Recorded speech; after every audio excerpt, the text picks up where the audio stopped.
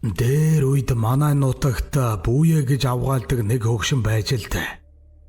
Хэдийд хаанаас нүүж ирснийг нь хүмүүс өөр мэдэхгүй. Өвөр Монголд гарсан Хятадын улаан малгайтын бослогоор ар гэрэн алдаад солиорч тэнсээр ирсэн юм гэнлээ. Хамтрал хомоон хэлмэгдүүлэлтээс дөрвсөн айлуудын нэг байгаад ураг төрөл хань нөхөр үр хүүхдүүдэн хил дээр цэргүүдийн суманд алдаж ухаан сэвтээд буянтай айлын хаяа түшиж явсаар энд суурьшсан гисэн гэж янз янзаар л ярьцгаана. Ямар тач энэ нутгийн уугуул биш. Дөрвөн хантай цагаан өнгө татдаггүй давхар хар эсхийг гэртээ хэдэн хар яма нуруу хэсгээрэн содон улаан буурал сортой ганц яндан цагаан морьтой тэр чавганцынх айл амтнаас зайдуу алс одоо бидний хадлан хадаж байгаа энэ хөндийгөр нутгалдаг. Одоо тэнд лүглийж байгаа уушиг хайрхны өвөр сугаар өвлждөг байж. Огт унлаг тэрэг шарггүй хэрнэн нэг л мэтгэд нүгэд цуслан хаваржаа өвлжөөндөө буучгадаг. Айлаас хөсөг гуйдаггүй. Хүнээр туслуулж дэмжүүлдэггүй их хачин. Энэ эмгэн хар овоохоогоо үүрээд гүйчигдэхгүй байлтай. Газар товчлдог шидтэй юм биш байгаа даа гэж авгай хүүхнүүд сүү сайлны завсраар амны зуга болгоно. Гэртэн хүн хонуулах байтугай оруулах дургүй. Өдрөөр хүн гэрлүүн дөтөлж авахыг харвал өмнөөс нь зэвэрсэн данх хэдэн сэтэрхээ модон тагш ямааны харуултай тавгаан бариад тосч цайлаад буцаадаг. Залуудаан өндөр явсан шинжэн гэвч нуруун гараад тэмээний бөгшиг шилэн дээрэн овоосон туранхай мөрдлөн ямар ч залуу хүнээс чирэг хурдан хөдөлгөөнтэй хөгшин байсан гэдэг. Хань бүлэн алдаж ганцаараа солиорсон ухаан санаа нь хэний хүчинд юуны учирт цэлмэж харахад хүний дайтай болсныг хэн ч үл мэднэ. Аав минь л нүдэн жирийн хүний хэд цавчрах хугацаанд огт хөдөлдөггүй. Үхрийн шиг бүлтгэр цус хуурсан цаанаа л үхмэл гэж уучлаг болгондоо мөрөөс ихсрэн агзар татаж суудагсан. Нэг удаа жигтэйхэн усан бороо шаагсан үдшээр нутгийн бус малын ирэлчин зүгэн алдаж төөрөөд мань эмгэнэд бууччихжээ. Аянга цахилгаантай хувингаар асгагшгал аадар бороо байсан учраас хаалганы гаднаа хүнийг тосдог уламжлалтай Бүүе хөгшин хүн морион хошлонд нь уяад эмээлэн авч орж ирэхийг нь анзаараагүй бололтой. Уг нь ч хачин сонор хөгшинсэн. Гэхдээ манай энэ азаргын хөндийгөөр үе үехэн ёстой л азарган бороо асгадаг.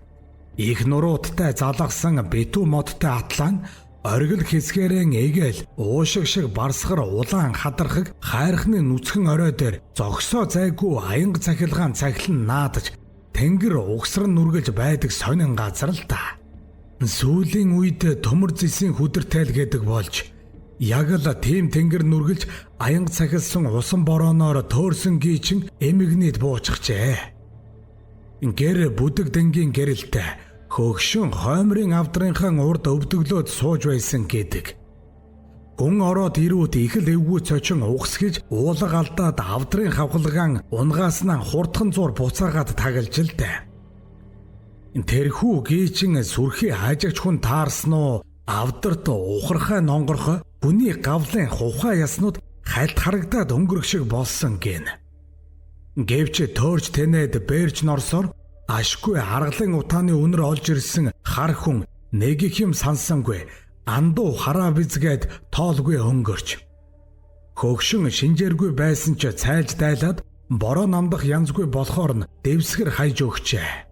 Айны хүн ч учир начрыг нь сайн мэдэх биш хонцод дургүй зожигдуу айл таарчтай л гэсэн шүү юм бодсоор унтахаар хэвтэж.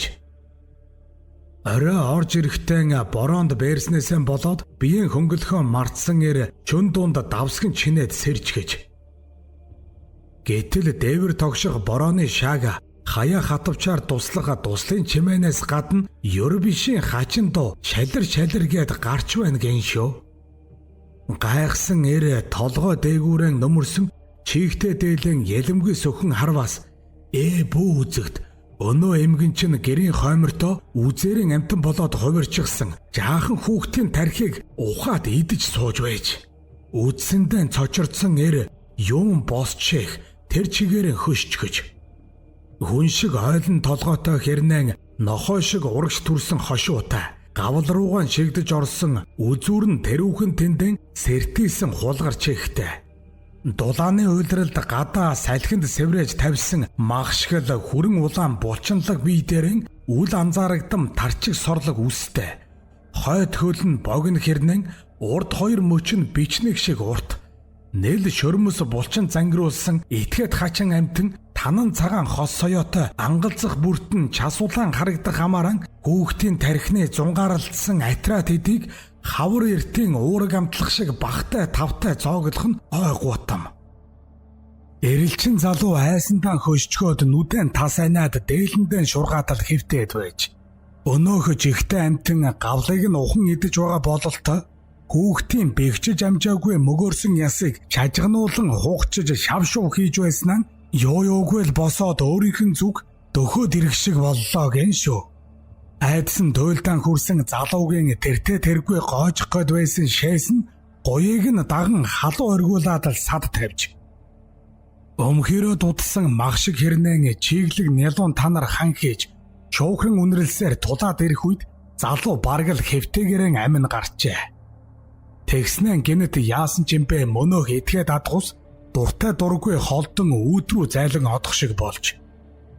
Хэдий хугацаа өнгөрснийг бөөмэд залуугийн эрүүл ухаан чүү чамаа сэргэж дээлний захаан сөхөн харвал мон биедэн орсон нуруунд дээрэн бөхтөртэй эмгэн явган ширээнийхэн араар тонголцсон хүүхдийн цогцсны үлдэгдлийг цэвэрлэж үзэгдэж. Гадаа бороо намдсан шинжтэй хаанаг подхийн туслахаас өөр чимээ аниргүй. Гайтахаар аадраас болж аюултай нүүрэлсэн хөөрхий залуу байгалийн үзэгдлийг дотроо хараан зүгсээр бушуухан мордож зүгтахын түүс болон нам хэвтээд байж.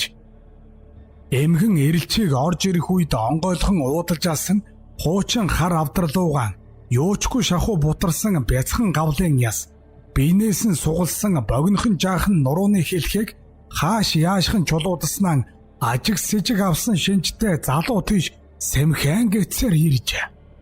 Тэгснэн залуугийн шээсний үнрийг авмагцсан бүгдийг шууд сэхэр бололтой эрчээрэн угсгийн гарч. Бодвоос гадаа гарч байж хувирдагч байж болов. Ийм бодсон залуугийн төвчээрийн тэлэж тас үсэрч харайн босоод дээлэн хальтгуйлт нөмрөн бүсээн шуурч бадсаар гарчгүйж. Эмэгнийг адгуулсан дүрдэн орхоос өмнө амиан аврах гэсэн шиг л байгаа юм. Хаяанд тавьсан эмээлэж авах сөхөө байсангүй. Морин хаа очиж холдоогүй байсан тул чийгтэй өвсөн дээгүүр чирэгцээр шалав норсон цулбууран шүүрэн авч үсрэн мордоод учир зүггүй тавирсан боловч чөдөртэй адуу галзуурсан юм шиг л хаашлах эзнийхэн ирэхээр дорон тонгочин эргэлдэхээс хэтэрсэнгүй. Айсандан хэд хурдалахаар тэмүүлсэн залуу мориныхон дэлийг даган урагш гулган унаад ордуу тавьж дээлээ навсгнуулан дэрвүүлсээр хар чадлаараа гүйж одож. Цочордож эмээсэндээ хагас галзуурсан малын эрэлчнээс итгэх аргагүй хачин сураг ажиг авсан хүмүүс маргааш нь хэрэг явдлыг магдалахаар бүүе чавган синхрон буу шийдэн болж чамгүй л олуулаа мордов. Гэвч саяхан нүүсэн буурин дээр хэвтэх нөгөөх эрэлчин залуугийн эмээл гутлаас өөр юу ч байсангүй.